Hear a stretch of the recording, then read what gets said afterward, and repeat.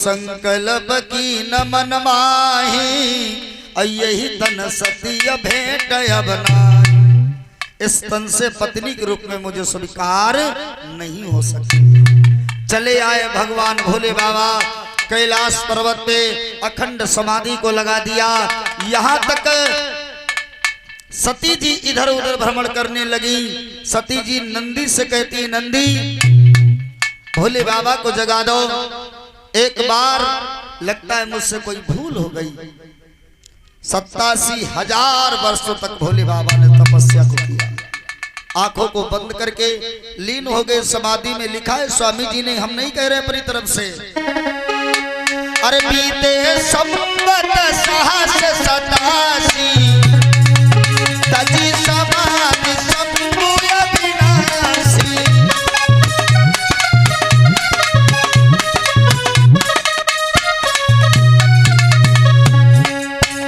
87,000 वर्ष तक सती जी इधर उधर भ्रमण करती रही कैलाश पर्वत पे। भोले बाबा अखंड समाधि में लीन हैं। सती जी मन में सोच रही, लगता भोले बाबा हमसे नाराज हैं। लेकिन जब भोले बाबा ने आंखें खोली, सबसे पहले शब्द निकला मुंह से, राम राम राम शिव सुमिरन लागे।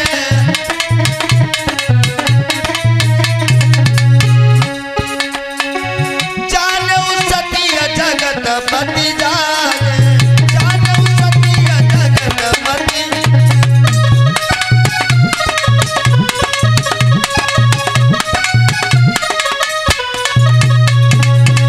राम राम शिव सुमिरन लागे, और जानू सत्य जगतपति जागे। सती जी ने देखा मेरे स्वामी ने आंखें खोली हैं, जाकर के चरणों में नमन किया। लेकिन भोले बाबा ने वो नमन स्वीकार नहीं किया।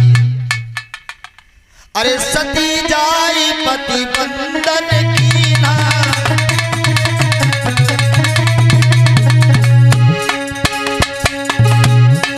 सती जाई पति बंदन कीना, सन्मुख शंकर आसन दीना।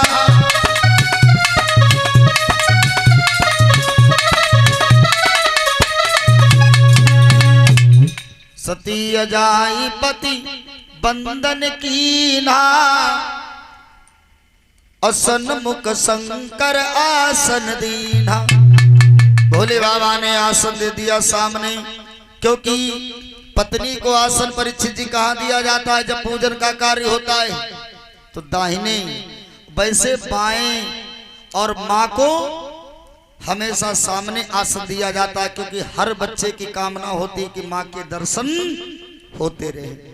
सामने आसन दे दिया, बैठ जाओ देवी, आओ भगवान की कथा सुनाते हैं। लेकिन सती जी की तनिक देर बात रही, 87,000 वर्ष भटकती रही, लेकिन हाल वही, भूमि गिरत ढाबर वह पानी।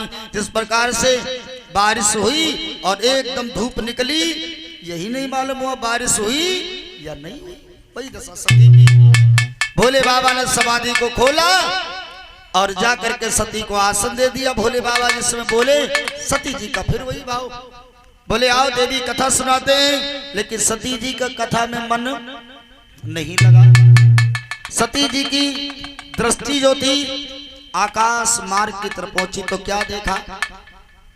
कुछ विमान जा रहे हैं, विमान जा रहे हैं। सती जी कहने लगी, नाथ ये देवता इत्यादि नर किन्नर ये कहाँ जा रहे हैं बैठे हुए अपने अपने विमानों से? भोले बाबा कहने लगे, देवी तुम्हारे पिता दक्ष ने अपने यहाँ यज्ञ किया है, इस उसी में जा रहे हैं। बोले नाथ तुम्हें निमंत्रण नहीं, हमें भी नहीं, मेरे पिता ने बुलाया। पिता के यहाँ निमंत्रण, और बेटी को निमंत्रण नहीं मिला। पिता के यहाँ अगर कोई यज्ञ हो, अगर कोई कार्य हो और बेटी ना बुलाई जाए तो कैसा रहेगा? भोले बाबा बोले, देवी एक बार इंद्र की सभा में सब बैठे हुए थे, तुम्हारे पिता दक्ष प्रजापति का आगमन हो गया, सबने उठ करके प्रणाम किया, और हम उनके दामाद थे, मैंने प्रणाम नहीं किया। बस उसी का बैर तुम्हारा पिता मुझसे मान गया, और इसीलिए निमंत्रण हमें तो छोड़ो तुम्हें भी नहीं दिया। सती जी बोली, स्वामी मैं एक बात तुमसे कहना चाहती हूँ। बोलो। बात ये है, आप स्वयं कहते हो कि पिता के यहाँ, गुरु के यहाँ, मित्र के यहाँ बिना बुलाए भी जाया जाता है। भोले बाबा बोले हाँ देवी, शायद किसी कारणवश भूल गया हो या निमंत्रण नहीं दे पाया हो और आपको जान से ज्यादा मानता हो तो तुम्हें जाने में कोई अपराध नहीं है। लेकिन जानबूझ करके अगर निमंत्रण नहीं दिया है और अगर आप जाओगी तो सम्मान नहीं पाओगी। बिना बुलाए जो जाओ भवानी, अरे बिना बुलाए जाओगी तो सम्मान बिल्कुल नहीं पाओगी। लेकिन सती जी जिद ठान गई। चौथी गलती, अरे रोई रोई के सती जी बोली भोला सुनो हमारे, अरे भेजी दे पीहर भोला काहे पुकारती अमार।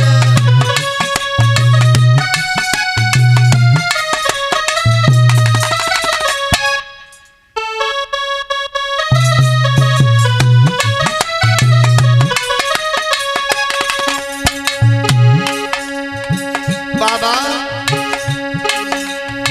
मैया से मिलने को मैं तो जाऊंगी,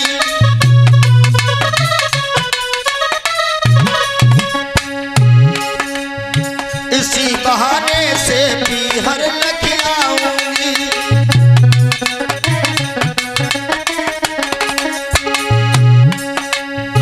याद सतावे हमको भोला मैं डलूं हर बार, भेजी दे पीहर भोला काहे पुकारती अमार।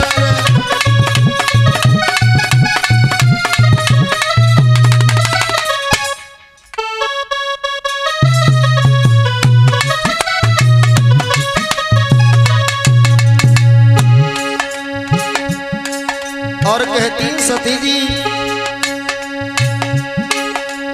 सखियों से मिलने को मैं तो जाऊंगी,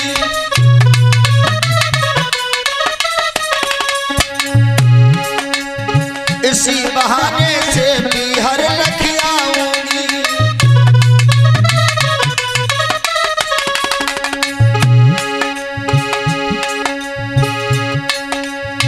अकेले भेजो तो अब जाइए, नहीं होई जीवन बेकार, भेजी दे पीहर भोला काहे पुकारती अमार।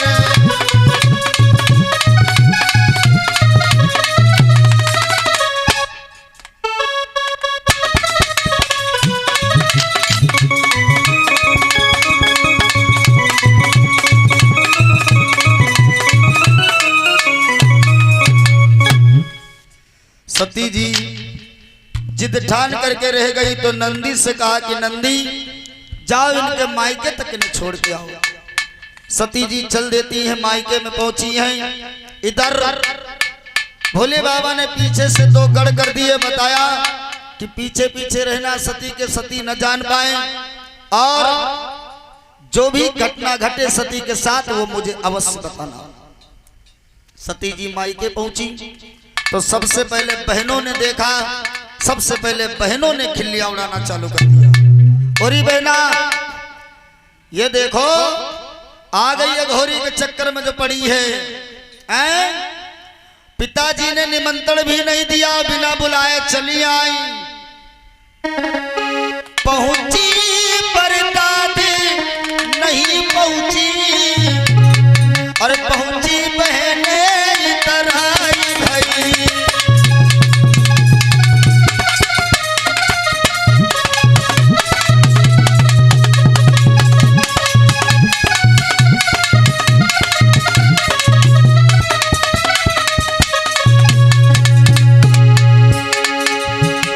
पहुंची पर दाद नहीं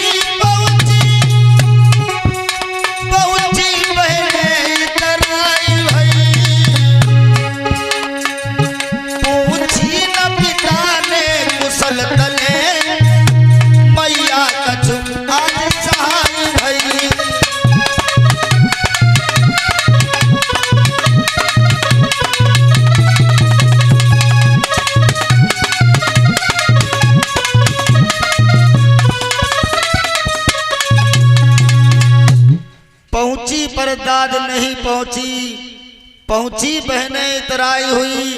अब पूछी न पिता ने कुशल तले मैया कुछ आज। पिता ने बात नहीं पूछी बेटी कैसी रही कैसी नहीं रही। बहनों ने खिल्लियां उड़ाई और मैया ने देखा झपट करके आई, बिटिया को हाथ पकड़ लो, सो पीछे कोने में ले गई। हाय बिना बुलाए तुम कहाँ चली आई, यह सब मजाक बना रहे तुम्हारी। अरे पिता तुम्हारे गुस्सा में थे तो कोई बात नहीं, लेकिन तुम कहाँ चली आई। अरे थोड़े दिन के बाद गुस्सा शांत हो जाती तब आती, अब मजाक सब बना रहे तुम्हारी। बोली नहीं मैया कोई बात नहीं, मेरी मजाक बना रहे बनाने दो। जहाँ पे मेरे पति का आसन होगा मैं यज्ञशाला में जाऊंगी, मैं वहां पे जम के बैठूंगी कि मेरे पति का यहाँ पे आसन है, अब मुझे कौन हटाएगा यहाँ से, कौन मेरा अपमान करेगा। सती जी पहुंची यज्ञशाला में।